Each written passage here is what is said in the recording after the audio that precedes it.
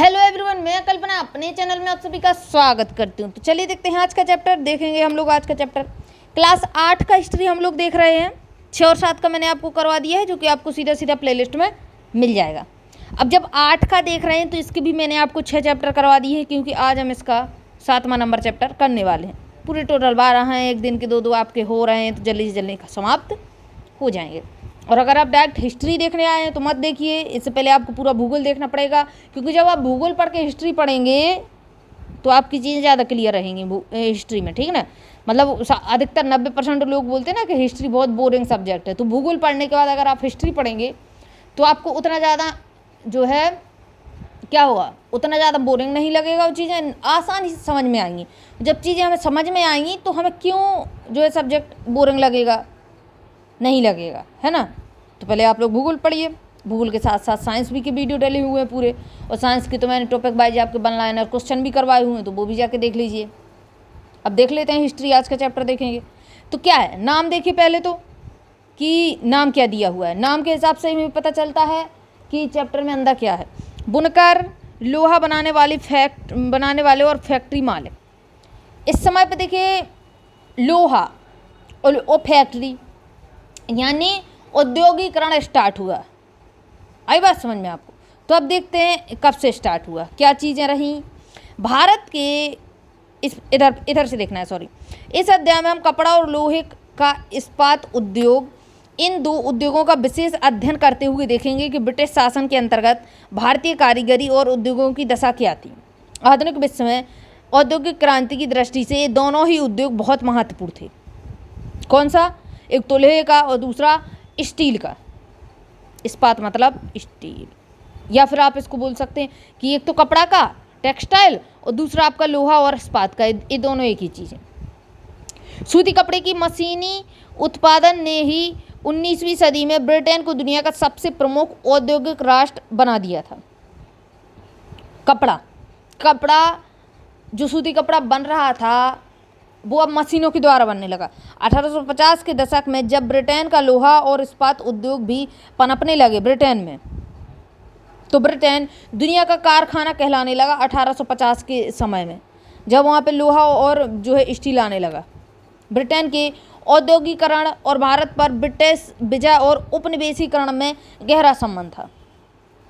क्या संबंध था? देखिए, संबंध ये था कि ब्रिटेन का औद्योगिकरण, ब्रिटेन में तो ये सब चीज़ें औद्योगिक हो रही हैं, और भारत पर ब्रिटिश विजय, यानी भारत जो है भारत पर ब्रिटेन जो है कब्जा करके बैठा है और उपनिवेश बना हुआ है, उपनिवेशीकरण किए हुए है भारत पर, यानी अपनी तरीके से भारत को चला रहा है, अपना दबाव डाले हुए है भारत पर। तो ये दोनों चीज़ें एक ही थी, क्योंकि ये लोग जैसे सूती कपड़ा चाहिए तो यहाँ से ले जाएंगे ब्रिटेन, है ना, या इनको लोहा चाहिए तो कच्चा लोहा यहाँ से ले जाएंगे, वहाँ अपना जो है काम करेंगे लोहा से ब्रिटेन में। तो ये दोनों चीज़ें संबंधित थी एक दूसरे से। आप अध्याय 2 में देख चुके हैं कि ईस्ट इंडिया कंपनी के व्यापारिक हितों की रक्षा करने के लिए किस तरह भारतीय भूभागों पर कब्जे हुए और किस तरह व्यापार का ढांचा बदलता गया। 18वीं सदी के आखिर में ईस्ट इंडिया कंपनी भारत से चीज़ें खरीदती थी और उन्हें इंग्लैंड और यूरोप में ले जाकर बेचती थी। क्या होता था, 18वीं सदी जब आई, 18वीं सदी का जब लास्ट चला, 19वीं सदी आने वाली थी, ईस्ट इंडिया कंपनी भारत से चीज़ें खरीद लेती थी सस्ते दामों पे और जाके इंग्लैंड और यूरोप में बेच देती थी महंगे दामों में। इसी क्रय विक्रय से उसे काफ़ी भारी मुनाफा होता था, बहुत ज़्यादा मुनाफा होता था इन चीज़ों से ईस्ट इंडिया कंपनी को। जैसे जैसे ब्रिटेन का औद्योगिक उत्पादन बढ़ने लगा, वहाँ के उद्योगपति भारत को अपने औद्योगिक उत्पादों के विशाल बाजार के रूप में देखने लगे। उन्हें इंडिया में मार्केट दिखने लगा अच्छा खासा। इस तरह ब्रिटेन से तैयार माल भारत के बाज़ारों में आने लगा। क्या हुआ कि कच्चा माल ब्रिटेन गया। देखना आप लोग, बहुत सटीक तरीके से समझना कि ये रहे ब्रिटेन के लोग। इन लोगों ने क्या किया, हमसे कच्चा माल लिया, है ना, और कच्चा माल कैसा लिया? सस्ते में लिया, ठीक है। तो यहाँ से हम लोग घाटे में रहे, ये लोग मुनाफे में रहे। अब दूसरी चीज़ गौर करना कि दूसरी बात क्या हुई। यहाँ जब चीज़ें पहुँची तो यहाँ पे थी कंपनी, है ना, यहाँ पे थी कंपनी। कंपनियों में कच्चे माल को उस सामान में बनाया गया जो सामान की हमें ज़रूरत है। अब यहाँ से बन गया तो इस सस्ते में मुनाफा किसको था? ब्रिटेन के लोगों को, है ना। अब दूसरी बात क्या है कि जो सामान हुआ उस सामान को फिर से इंडिया के मार्केट में आके बेच दिया, तो अब मुनाफा किसको हुआ? फिर से इसको। अरे बात समझ में आपको? फिर से इसको मुनाफा हुआ, फिर से हम लोग घाटे में गए। यानी हमसे ही सामान लेके उसको अच्छा बना के, जैसे मान लीजिए कच्चा कपड़ा ले गए कच्चे माल के रूप में और पहनने वाला कपड़ा बना के लाए और फिर वो कपड़ा हमको बेच दिया। अरे बात समझ में आपको? तो ये था इनकी अच्छी खासी बिजनेस में राजनीति कि दोनों साइड से इनको ही फायदा होगा। हमसे कच्चा माल लिया तो इनको फ़ायदा, हमको फिर बना बनाया माल बेचा तो इनको फ़ायदा। यानी दोनों तरफ से कंपनी को फ़ायदा हुआ, दोनों तरफ से इंडिया गिरता जा रहा था घाटे में। अब इसको आगे देखिएगा आप लोग, राजनीति समझिए आप लोग। पहले सबसे बढ़िया बिजनेस में ये जो राजनीति कर रहे थे इंग्लैंड वाले या अंग्रेज, इस बात को आप लोग गौर कीजिए एक एक करके, तब आपको चीज़ें समझ में आएंगी कि इन लोगों ने इधर पे इंडिया में पंजा कैसे जमाया अपना, है ना। विशाल बाजार के रूप में देखने लगे। इस तरह ब्रिटेन से तैयार माल भारत के बाज़ारों में आने लगा। बताइए, उल्टा उल्टा होने लगा। इससे भारतीय शिल्पों और उद्योगों पर किस तरह से असर पड़ा। और दूसरी चीज़ आप लोग ये बताइए कि आज भी आप लोग अगर देखें तो हाथ का बना हुआ कोई डिज़ाइन है, या आप बात करें मशीन से बना हुआ डिज़ाइन, तो मशीन से बना हुआ डिज़ाइन बहुत अच्छा होता है हाथ के मुकाबले। और इंडिया में हाथों के जरिए चीज़ें चल रही थी, ब्रिटेन से मशीनरी बन के सामान आ रहा था, तो पसंद कौन सा आएगा? ब्रिटेन वाला। अब देखिए, पटोला बुनाई 19वीं सदी के मध्य में पटोला बुनाई दी हुई है। ये सूरत, अहमदाबाद और पाटन में होती थी। इसको बाद में देखेंगे। भारतीय कपड़ा और विश्व बाजार, तो विश्व बाजार में भारतीय कपड़े की क्या मांग थी? बंगाल पर अंग्रेजों की विजय से पहले 1750 के आसपास भारत पूरी दुनिया में कपड़ा उत्पादन के क्षेत्र में औरों से कोसों आगे था, बहुत आगे था भारत में पटसन और ये सूती कपड़ा यानी कपास बहुत अच्छा होता था। A1 का भारतीय कपड़े लंबे समय से अपनी गुणवत्ता और बारीक कारीगरी के लिए दुनिया भर में मशहूर थे। दक्षिण पूर्वी एशिया, जिसमें जावा, सुमात्रा, पैनोंग ये चीज़ें आती थी, तथा पश्चिमी एवं मध्य एशिया में इन कपड़ों का भारी व्यापार था। 16वीं शताब्दी से यूरोप की व्यापारिक कंपनियां यूरोप में बेचने के लिए भारतीय कपड़े खरीदने लगी थीं। आगे देखिए, इस फलते फूलते व्यापार और भारतीय बुनकरों के हुनर की यादें अंग्रेजी और अन्य भाषाओं के बहुत सारे शब्दों में आज भी जिंदा थी। ऐसे शब्दों की जड़ों को ढूंढना, उनके अर्थ जानना बड़े मज़ेदार है। आगे देखते हैं शब्दों के इतिहास में क्या छिपा हुआ है।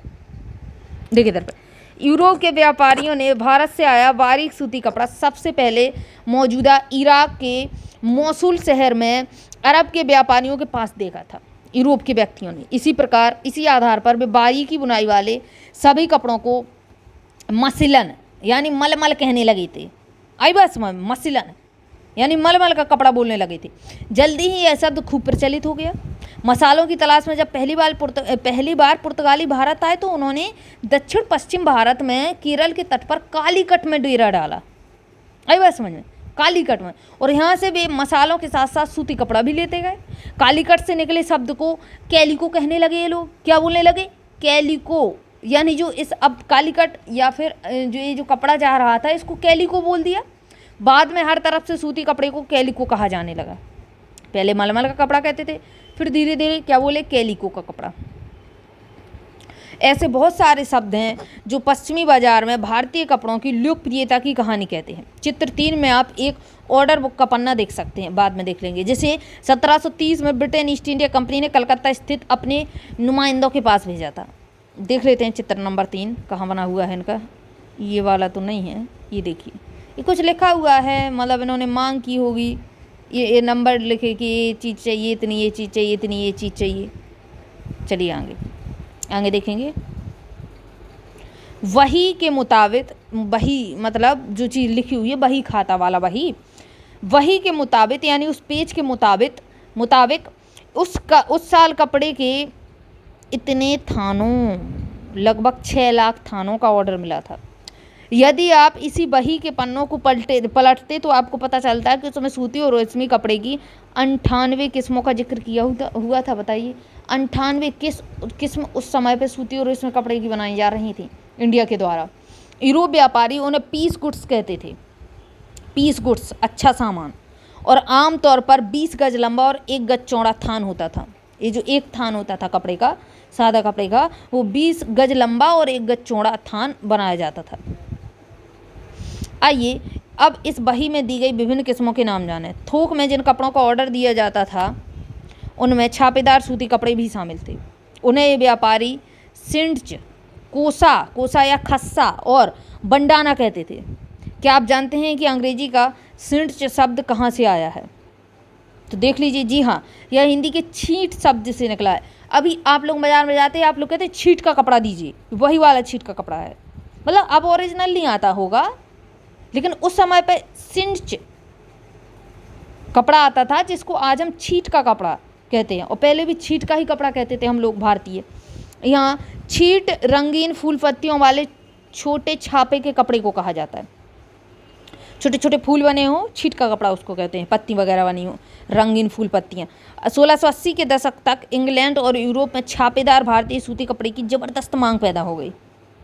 आकर्षक फूल पत्तियाँ, बारीक रेशे और सस्ती कीमत की वजह से भारतीय कपड़ों का एक अलग ही रुतबा था। इंग्लैंड की रईस ही नहीं बल्कि खुद महारानी भी भारतीय कपड़ों से बने परिधान पहनती थीं। सब लोग पहनने लगे भाई छींट का कपड़ा। ये देखिए, ये फूल बना हुआ है बढ़िया सा, ये आपका शायद छींट का कपड़ा ही है। ये फूल पत्तियों जैसे, ये वाला तो नहीं है, इसमें तो हाथी बने हुए हैं। छींट का कपड़ा इन लोगों ने दिखाया नहीं कहीं। ये है, देखिए छींट की छपाई, छोटे छोटे फूल और पत्तियाँ बनी हुई हैं। ये रही छींट की छपाई। देखिए आगे कहाँ थे हम लोग। बंडाना शब्द का इस्तेमाल गले या सिर पर पहनने वाले चटक रंग के छापेदार गुलूबंद के लिए किया जाता था। यह शब्द हिंदी के बांधना शब्द बांधना से निकला। इस श्रेणी में बांधना से बंडना कहने लगे। इस श्रेणी में चटक रंगों वाले ऐसे बहुत सारी किस्म के कपड़े आते थे जिन्हें बांधने और रंगसाजी की विधियों से ही बनाया जाता था। बही में कई दूसरी तरह के कपड़ों का भी जिक्र है जिनका नाम उनके जन्म स्थान के अनुसार लिया गया। कासिम बाजार, पटना, कलकत्ता, उड़ीसा, चारपुर आदि। इन शब्दों के व्यापक प्रयोग से पता चलता है कि दुनिया के विभिन्न भागों में भारतीय कपड़े कितने मशहूर हो चुके थे। आगे देखिए, भारतीय कपड़े बहुत मशहूर हो चुके थे उस समय पे। आगे देखिए अब यूरोपीय बाज़ारों में भारतीय कपड़ा। तो क्या मांग थी यूरोपीय बाज़ार में भारतीय कपड़ों की? 18वीं सदी की शुरुआत तक आते आते भारतीय कपड़ों की लोकप्रियता से बेचैन इंग्लैंड के ऊन व रेशम निर्माता भारतीय कपड़ों के आयात का विरोध करने लगे थे। वहाँ जो इंग्लैंड में कपड़ा था, वहाँ के जो बिजनेसमैन थे, उनका कपड़ा कोई लेता ही नहीं था। क्यों? क्योंकि हर इंसान को भारत का कपड़ा चाहिए। तो वहाँ जो ऊन और रेशम का कपड़ा बनता था उसको लोग भाग लेते नहीं थे। तो इन लोगों ने आयात करने से विरोध किया कि भैया हम नहीं लेंगे। इसी दबाव के कारण 1720 में ब्रिटेन सरकार ने इंग्लैंड में छापेदार सूती कपड़े छींट के इस्तेमाल पर पाबंदी लगाने के लिए कानून पारित किया। संयोगवश इस कानून को भी कैलिको अधिनियम कहा गया। क्या बोल दिया गया? कैलिको अधिनियम। चलिए इसको आगे देखेंगे, थोड़ा आगे देखेंगे। कोई चीज़ छूटी तो नहीं है आपकी? कोई चीज़ नहीं छूटी। चलिए इसको देखें। इस समय इंग्लैंड के नए नए कपड़ा कारखाने खुल गए थे। इस समय में इंग्लैंड में फिर नए नए कपड़े कारखाने खुले। भारतीय कपड़ों के सामने लाचार अंग्रेज कपड़ा उत्पादक अपने देश में भारतीय कपड़ों के प्रवेश पर पूरी पाबंदी चाहते थे ताकि पूरे इंग्लैंड में केवल उन्हीं का कपड़ा बिके। इस क्रम में इंग्लैंड की सरकार ने सबसे पहले कैलिको छपाई उद्योग को ही सरकारी संरक्षण में विकसित किया। सबसे पहले कैलिको छपाई उद्योग किया गया। अब सफ़ेद मलमल या बिना मंड वाले कोरे भारतीय कपड़े पर इंग्लैंड में ही भारतीय डिजाइन छापे जाने लगे। मतलब कॉपी करने लगे, है ना। इंग्लैंड वाले इस चीज़ का कॉपी करने लगे ताकि उनका कपड़ा बिके, भारतीय कपड़ा यहाँ पर ना आए, क्योंकि उनका बिजनेस खराब हो रहा था। भारतीय कपड़ों के साथ इस होड़ की वजह से इंग्लैंड में तकनीकी सुधारों की ज़रूरत दिखाई देने लगी थी। 1764 में जॉन के ने स्पिनिंग जेनी का आविष्कार किया। स्पिनिंग जेनी मशीन, जिससे परंपरागत तकलियों की उत्पादकता काफ़ी बढ़ गई। 1786 में रिचर्ड आर्कराइट ने वाष्प इंजन का आविष्कार किया, जिसने सूती कपड़े की बुनाई को क्रांतिकारी रूप में बदल दिया। अब बहुत सारा कपड़ा बेहद कम कीमत पर तैयार किया जा सकता था। स्पिनिंग जेनी देख लीजिए आप लोग, एक ऐसी मशीन जिससे एक कामगार एक साथ कई तकलियों पर काम कर सकता है। जब पहिया घूमता था तो सारी तकलियाँ घूमने लगती थीं। चलिए आगे देखते हैं इसको। कहाँ थे हम लोग? यहीं पे। इसके बावजूद दुनिया के बाज़ारों पर भारतीय कपड़ों का दबदबा बना रहा। ऐसा नहीं था कि भाई इंग्लैंड वालों ने इस कपड़े को लेने से मना किया तो कोई कपड़ा नहीं लेगा, मतलब पूरी ऑल वर्ल्ड में क्यों कहीं पर इंडिया का कपड़ा नहीं जाएगा, क्योंकि उस समय पर इंडिया का कपड़ा इतना प्रचलित हो चुका था कि लोग बाग इसकी बहुत अधिक मात्रा में मांग करने लगे थे, है ना। ठीक है, इंग्लैंड वालों को नहीं लेना था भाई, उसका बिजनेस खराब हो रहा था इंग्लैंड वालों का, तो मत लो, और लोग आए। तो 18वीं सदी के आखिर तक बना रहा इसका दबदबा भारतीय कपड़े का। डच लोगों ने लिया, फ्रेंच, ब्रिटिश और अन्य यूरोपीय व्यापारिक कंपनियों ने इस व्यापार से बेहिसाब मुनाफा कमाया। ये कंपनियां भारत आकर चांदी के बदले सूती और रेशमी कपड़े खरीदती थीं, परंतु जैसा कि आप जानते हैं, जब इंग्लिश ईस्ट इंडिया कंपनी को बंगाल की राजनीतिक सत्ता मिल गई तो उसे भारतीय चीज़ें खरीदने के लिए चांदी मंगाने की ज़रूरत नहीं रही। इसके बाद तो ईस्ट इंडिया कंपनी भारत में ही किसानों और जमींदारों से राजस्व इकट्ठा करके उस पैसे से कपड़ा खरीदने लगी थी। आगे देखिए, आप लोग नक्शा बक्सा देख लेना, देखना हो तो।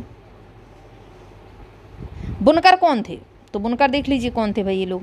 बुनकर आमतौर पर बुनाई का काम करने वाले समुदायों के ही कारीगर होते थे। वे पीढ़ी दर पीढ़ी इसी हुनर को आगे बढ़ाते थे। बंगाल के तांती, उत्तर भारत के जुलाहे या मोमिन, दक्षिण भारत के साले व केलोलकर तथा देवांग समुदाय बुनकरी के लिए प्रसिद्ध थे। इसको पढ़िए फिर से एक बार कि बुनकरी के लिए कौन कौन प्रसिद्ध था। बंगाल के तांती, याद रखना तांती कहाँ पे थे, बुनकर को तांती कहाँ बोला जाता था, बंगाल में। उत्तर भारत के जुलाहे या मोमिन, तो जुलाहा कहाँ बोला जाता था बुनकरों को, उत्तर भारत में। दक्षिण भारत के साले व के कोल्लार और देवांग समुदाय, है ना, साले के कोल्लार तथा देवांग समुदाय आपके दक्षिण भारत में मिलते थे बुनकर। चलिए देखिए आगे। सूत कातना कपड़ा उत्पादन का सबसे पहला चरण था। यह काम अधिकांशतः महिलाओं की जिम्मे रहता था। चरखा और तकली घर घर में पाए जाते थे। धागे को चरखे पर काट कर तकली पर लपेट दिया जाता था। जब कताई पूरी हो जाती थी तो बुनकर इस धागे से कपड़े बुनते थे। ज़्यादातर समुदायों में बुनाई का काम पुरुष करते थे। रंगीन कपड़ा बनाने के लिए रंगरेज इस धागे को रंग देते थे। छपाईदार कपड़ा बनाने के लिए बुनकरों को चिप्पीगर नामक माहिर कारीगरों की ज़रूरत होती थी, जो ठप्पे से छपाई करते थे। हथकरघों पर होने वाली बुनाई और उससे जुड़े व्यवसायों से लाखों भारतीयों की रोजी रोटी चलती थी। चलिए देखेंगे भारतीय कपड़े का पतन। भारतीय कपड़े का देखिए, अब एक चीज़, कोई चीज़ जब बहुत ज़्यादा प्रचलन में होती है तो एक न एक समय पर उसका पतन होता है। तो अब भारतीय कपड़े का पतन कब हुआ? ब्रिटेन में सूती कपड़ा उद्योग के विकास से भारतीय कपड़ा उत्पादकों पर कई तरह के असर पड़ी। पहला, अब भारतीय कपड़े को यूरोप और अमेरिका के बाज़ारों में ब्रिटिश उद्योगों में बने कपड़ों से मुकाबला करना पड़ता था। दूसरा, भारत से इंग्लैंड को कपड़े का निर्यात मुश्किल होता जा रहा था। क्या हो रहा था? निर्यात मुश्किल हो रहा था भारत से। किसको? इंग्लैंड को, क्योंकि ब्रिटिश सरकार ने भारत से आने वाले कपड़े पर भारी सीमा शुल्क थोप दिया था, टैक्स लगा दिया था। इंग्लैंड में बने सूती कपड़े ने 19वीं सदी की शुरुआत तक भारतीय कपड़े को अफ्रीका, अमेरिका, यूरोप के परंपरागत बाज़ारों से बाहर कर दिया था।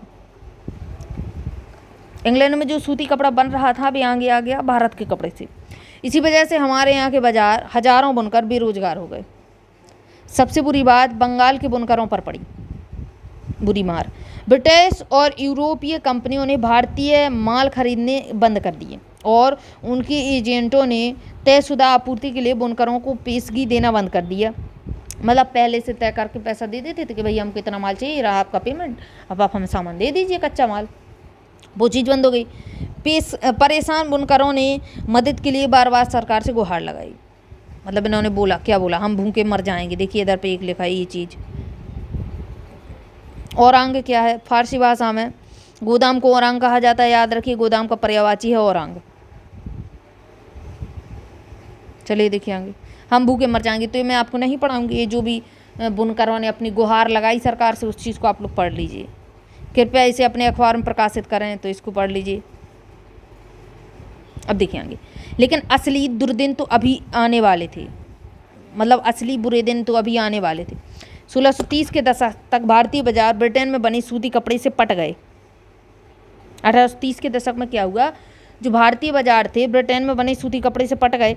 दरअसल 1880 के दशक तक स्थिति यह हो गई कि भारत के लोग जितनी सूती कपड़ा पहनते थे उसमें से 2/3 ब्रिटेन का बना होता था। बताइए, मतलब अब उल्टी मार पड़ने लगी। अभी कपड़ा ब्रिटेन जा रहा था, अब भारत के लोग ब्रिटेन से कपड़ा लेने लगे पहनने के लिए। इससे न केवल बुनकरों बल्कि सूत काटने वालों की भी हालत ख़राब हो गई। एक तो कच्चा माल भी नहीं जा रहा है, अब तो और बुरी दशा हुई कि एक तो कच्चा माल भी नहीं जा रहा है, ऊपर से ब्रिटेन से जो सामान बना हुआ कपड़ा आ रहा है वो भारतीय लोग अब खरीद रहे हैं। कितनी उल्टी मार पड़ी, आप खुद सोचिए। जो लाखों ग्रामीण महिलाओं और सूत काट कर ही अपनी जीविका चला रही, इन सबको बेरोजगार कर दिए। बेरोजगार होगा भाई, बताइए। लेकिन भारत में हथकरघों से होने वाली बुनाई पूरी तरह ख़त्म नहीं हुई। इसकी वजह यह थी कि कपड़ों की कुछ किस्में मशीनों पर ही नहीं बन सकती थी। मतलब अब देखिए, मशीनों से बनाया गया कपड़ा और हाथ से बनाए गए कपड़े में ज़मीन आसमान का अंतर है। जो कपड़ा मशीन से बना होगा वो बहुत ज़्यादा परिष्कृत होगा, बहुत ज़्यादा अच्छी डिजाइन होगी उसकी, तो लोग बाग उसको पसंद करते थे। भला जटिल और मन भावन किनारियाँ वाली साड़ी या परंपरागत बुनाई वाले कपड़े मशीनों पर कैसे बन सकते थे? बिल्कुल नहीं। इन कपड़ों की न केवल रईसों के बीच बल्कि मध्य वर्ग में भी काफ़ी मांग बढ़ी। और ना ही ब्रिटेन के कपड़ा मिलों में वह बेहद मोटा कपड़ा बनता था जिसे भारतीय गरीब पहनते थे। और ना ही ब्रिटेन के कपड़ा मिलों में, हटाइए इसको। चलिए, इधर पे हो गया आपका, चलिए आगे। आपने पश्चिम भारत में स्थित सोलापुर और दक्षिण भारत में स्थित मदुरा का जिक्र सुना होगा। बिल्कुल सुना है।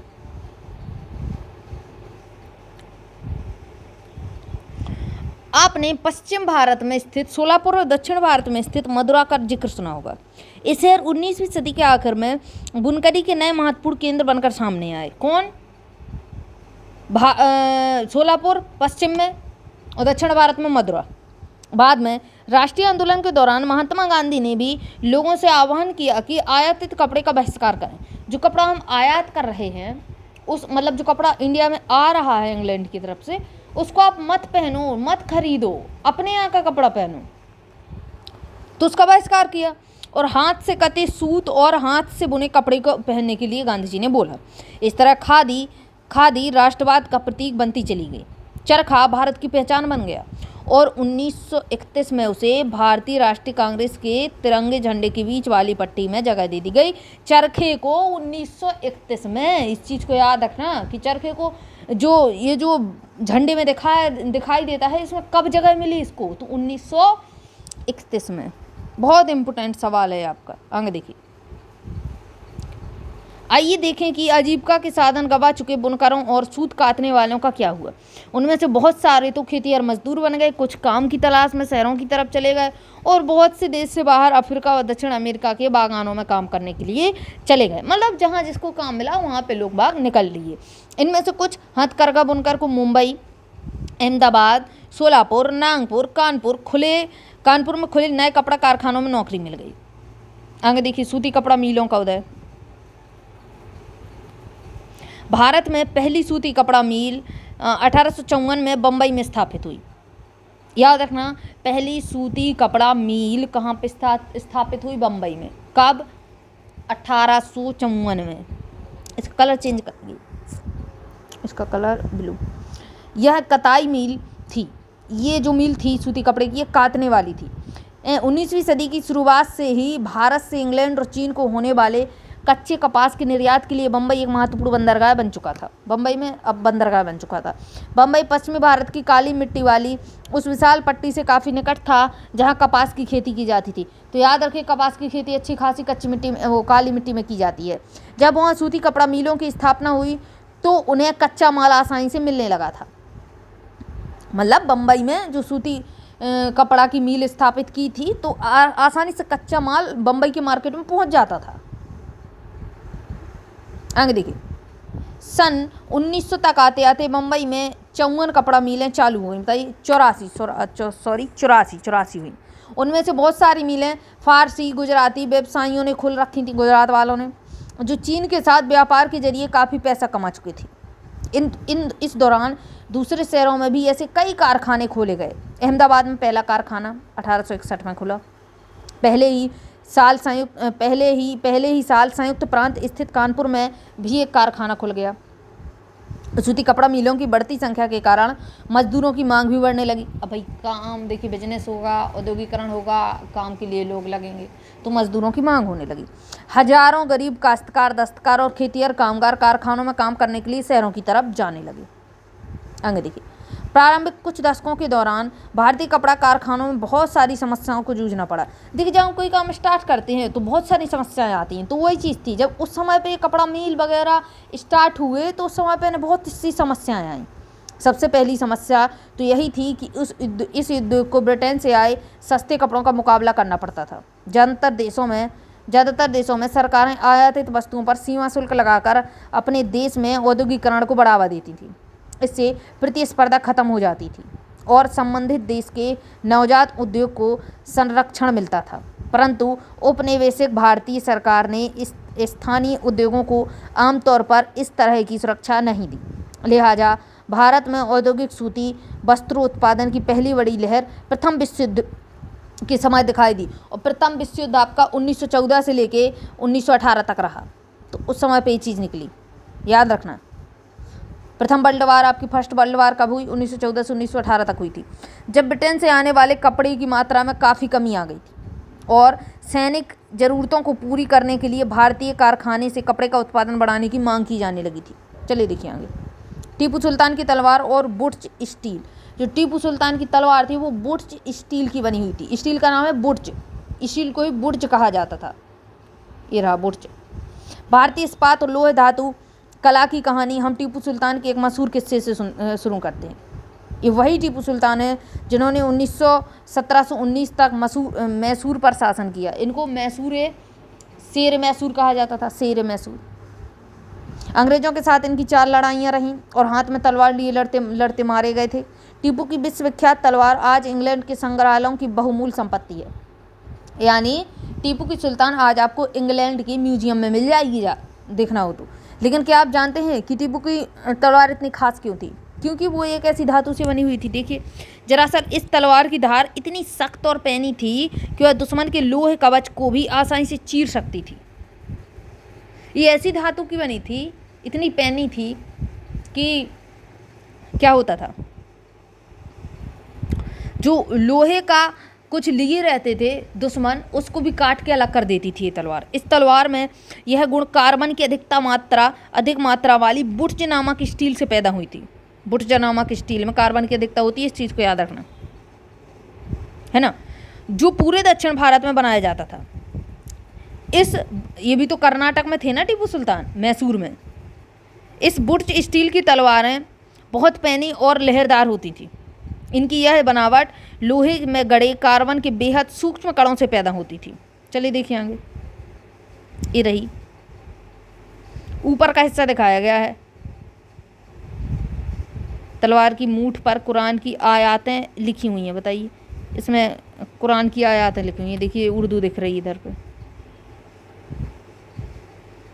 टीपू सुल्तान की मृत्यु के बाद 1 साल बाद 1800 में मैसूर की यात्रा करने वाले फ्रांसीसी बुकानन ने इस बात का ब्यौरा किया कि मैसूर की सैकड़ों प्रगलन भट्टियाँ, प्रगलन क्या होता है? किसी चीज़ को गलाना। तो जो धातु होती है, धातु को गलाने की प्रक्रिया को हम प्रगलन कहते हैं। तो धातुओं में बुर्ज स्टील किस तरह बनाया जाता था? इन भट्टियों में लोहे को काट कोयले के साथ मिलाकर मिट्टी की छोटी छोटी हांडियों में रख दिया जाता था। तापमान के जटिल उतार चढ़ाव को नियंत्रित करते हुए प्रगालक इस्पात की सिल्लियाँ तैयार कर लेते थे, जिनका न केवल भारत बल्कि पश्चिमी और मध्य एशिया में भी तलवार बनाने के लिए इस्तेमाल किया जाता था, इस बुर्ज स्टील का, है ना। और बुर्ज आगे देखेंगे। बुर्ज असल में कन्नड़ शब्द उक्कू, तेलुगु शब्द हुक्कू और तमिल मलयालम शब्द उरुक्कू यानी स्टील का ही बिगड़ा हुआ नेम है। कन्नड़ में इसको उक्कू मतलब स्टील को बुर्ज कहते हैं और कन्नड़ में स्टील को उक्कू बोलते थे, तेलुगु में हुक्कू बोलते थे, तमिल और मलयालम में से उरुक्कू बोलते थे। ये सब स्टील के नाम है बिगड़े हुए। जगह का अंतर है कि कौन जगह पे क्या बोलते थे। भारतीय बुर्ज स्टील ने यूरोपीय वैज्ञानिकों को काफ़ी आकर्षित किया। विश्वविख्यात वैज्ञानिक और बिजली व विद्युत चुंबकत्व का आविष्कार करने वाले माइकल फेराडे ने भारतीय बुर्ज स्टील की विशेषताओं का 4 साल तक अध्ययन किया। इन्होंने देखा कि आखिर बुर्ज स्टील में है क्या, है ना।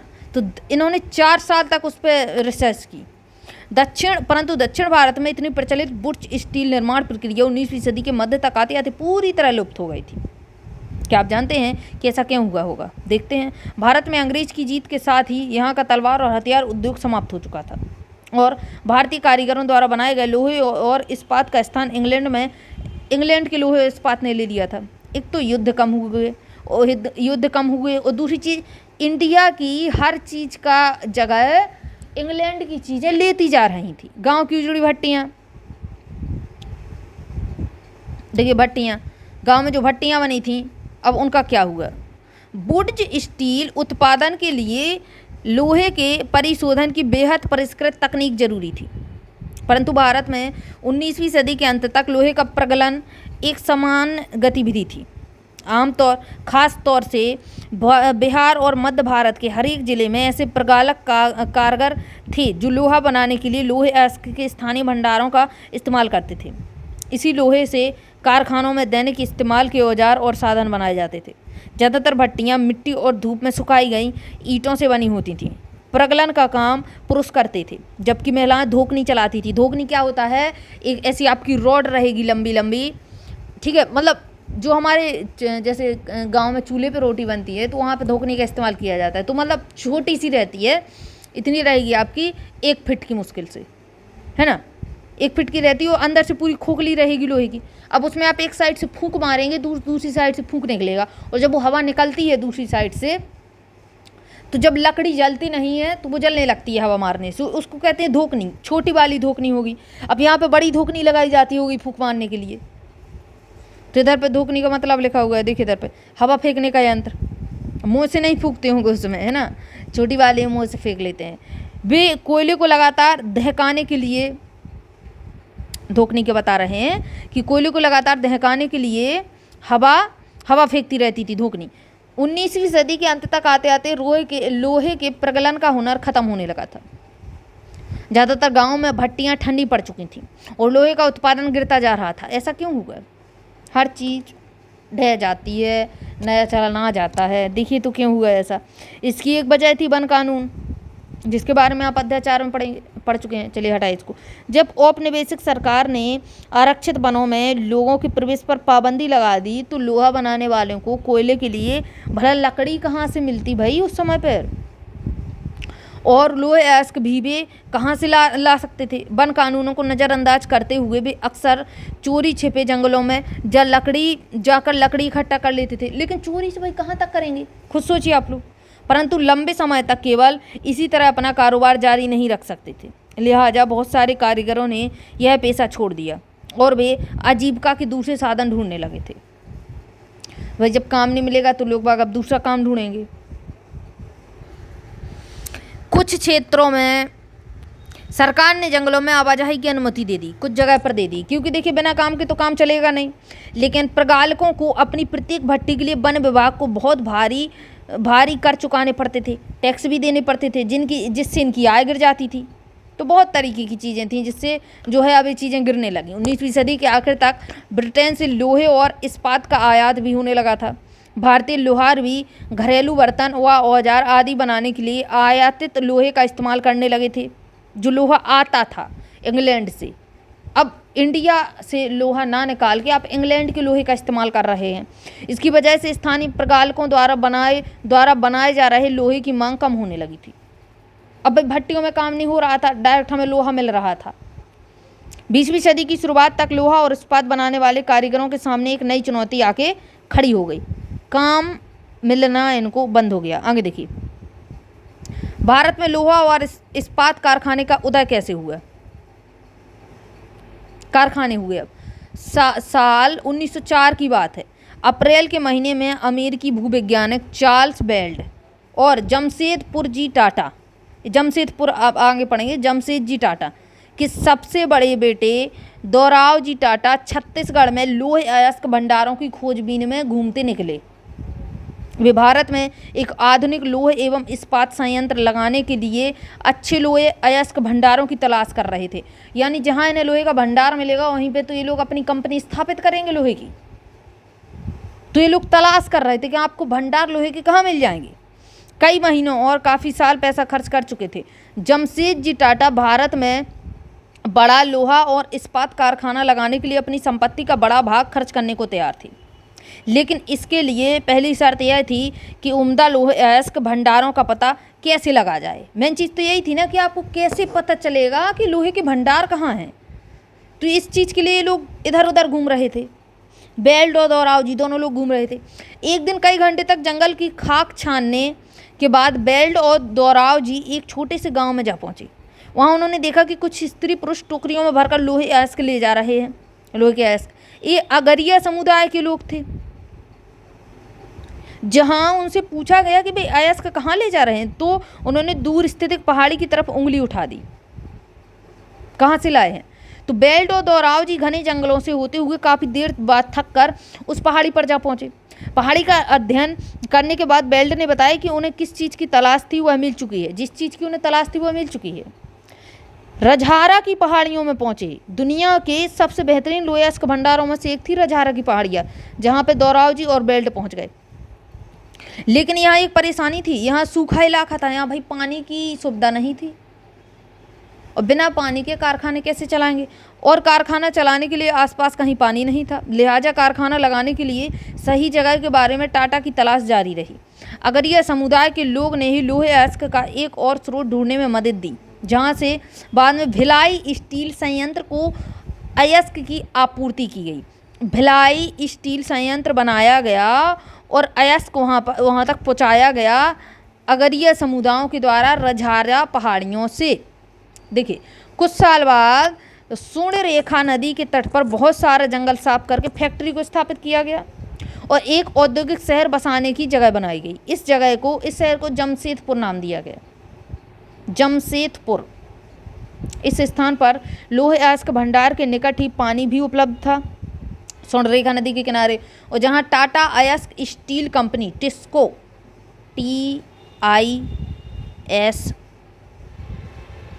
TISCO Tata iron steel company स्थापना हुई, तो जिसमें 1912 के स्टील का उत्पादन होने लगा। 1912 से फिर से टिस्को की स्थापना हो गई, वहाँ से फिर से स्टील निकलने लगा।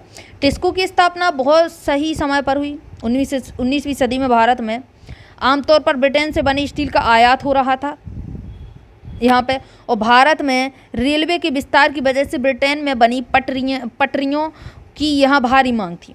काफ़ी समय तक भारतीय रेलवे से जुड़े अंग्रेज विशेषज्ञ यह मानने को तैयार ही नहीं थे कि भारत में भी श्रेष्ठ इस्पात का निर्माण संभव है। मतलब वो मान ही नहीं रहे थे कि जो स्टील यहाँ पे मिल रहा है वो अच्छा खासा मिल जाएगा, वो बोले इंग्लैंड से ही आएगा। जब तक टिस्को की स्थापना हुई हालात बदलने लगे थे। 1914 में पहला विश्व युद्ध हुआ, 1918 तक चला। ब्रिटेन में बनने वाले इस्पात को यूरोप में युद्ध संबंधी आवश्यकताओं को पूरा करने के लिए झोंक दिया गया। ब्रिटेन में जो इस्पात बन रहा था वो यहाँ पे लग गया। इस तरह भारत आने वाले ब्रिटिश स्टील की मात्रा में भारी गिरावट आ गई और रेल की पटरियों के लिए भारतीय रेलवे टिस्को पर ही आश्रित हो गए। जब युद्ध लंबा खिंच गया तो टिस्को को युद्ध के लिए गोलों के खोल और रेलगाड़ियों के पहिए भी चाहिए थे, और 1919 तक स्थिति यह हो गई कि टिस्को में बनने वाले 90% इस्पात को औपनिवेशिक सरकार ही खरीदने लगी थी। मतलब इंग्लैंड के लोग ही हमसे चीज़ें खरीद रहे थे जो स्टील बन रहा था। जैसे जैसे समय बीता टिस्को समूचे ब्रिटिश साम्राज्य में इस्पात का सबसे बड़ा कारखाना बन चुकी थी टिस्को। आज भी आपकी टिस्को स्टील वाली कंपनी टाटा की कंपनी बड़ी कंपनी है। टाटा देखिए, टाटा स्टील ही चलता है। अब टाटा नमक, टाटा स्टील, अब तो टाटा वालों ने हर चीज़ में, टाटा की गाड़ियाँ भी आने लगी, मारुति वगैरह। अब तो हर जगह आपको टाटा मिलेगा, छोटी छोटी से लेकर बड़ी से बड़ी चीज़ तक। सूती कपड़े, और सबसे पहले इसकी स्टील की कंपनी खुली थी, इसको याद रखना, टाटा वालों की। सूती कपड़े की तरह लोहे और इस्पात के मामले में भी औद्योगिक विस्तार तभी शुरू हुआ जब भारत में ब्रिटिश आयात गिरने लगा। यानी ब्रिटिश से जो सामान आ रहा था वो नहीं आएगा, तो इंडिया में ही विस्तार होने लगेगा और भारतीय औद्योगिक वस्तुओं की मांग में इजाफा हुआ। ये बदलाव पहले विश्व युद्ध के दौरान और उसके बाद सामने आए। यानी 1914 से 1918 युद्ध चला, इसके बाद 1919 के बाद इन चीज़ों का विस्तार हुआ। जैसे जैसे भारतीय आंदोलन विकसित हुआ, औद्योगिक वर्ग ताकतवर होता गया, औद्योगिकरण होने लगा था और सरकारी संरक्षण की मांग बुलंद होती गई। भारत पर अपना नियंत्रण बनाए रखने के लिए संघर्षरत ब्रिटिश सरकार को औपनिवेशिक शासन के आखिरी दशकों में इनमें से बहुत सारी मांगें माननी पड़ी, तो मानेंगी ही। अन्यत्र में जापान का दिया हुआ है, जापान में औद्योगिकरण हुआ तो जब शुरुआती साल थी, जब जापान का औद्योगिकरण हुआ तो शुरुआती साल में कैसी रही चीज़ें, वो चीज़ें दी हुई हैं, आप इसको खुद से पढ़ लेना। अन्यत्र को जापान के बारे में दिया हुआ है ना, क्योंकि 40 मिनट का वीडियो हो जाता है, फिर ज़्यादा हो जाए तो आप लोगों से भी नहीं चलता और मेरे से भी नहीं चलता। एक लगातार बोलना एक बहुत बड़ी बात होती है, 40-50 मिनट बिना सांस लिए। चलिए अब क्वेश्चन देखेंगे हम लोग बाद में नए चैप्टर के साथ। अब नए चैप्टर में मिलेंगे और क्वेश्चन आंसर आपको एक नए वीडियो में मिलेगा। और देखिए अगर वीडियो आपको पसंद आता है तो प्लीज़ करके इसको लाइक कर देना, है ना, और ज़्यादा से ज़्यादा शेयर कीजिए, और चैनल पर अगर नए हैं तो सब्सक्राइब कर लीजिए। शेयर नहीं करेंगे आप तो अब बताइए कि व्यूज कम आएंगे, फिर क्या मतलब है, कोई मतलब ही नहीं है, मैं पढ़ाना बंद कर दूंगी, है ना। और अभी तो आपका पूरा NCERT डला हुआ है पॉलिटी वगैरह का, इसलिए ज़्यादा से ज़्यादा वीडियो को शेयर कीजिएगा। अब कल मिलेंगे नए चैप्टर के साथ, तब तक के लिए जय हिंद जय भारत।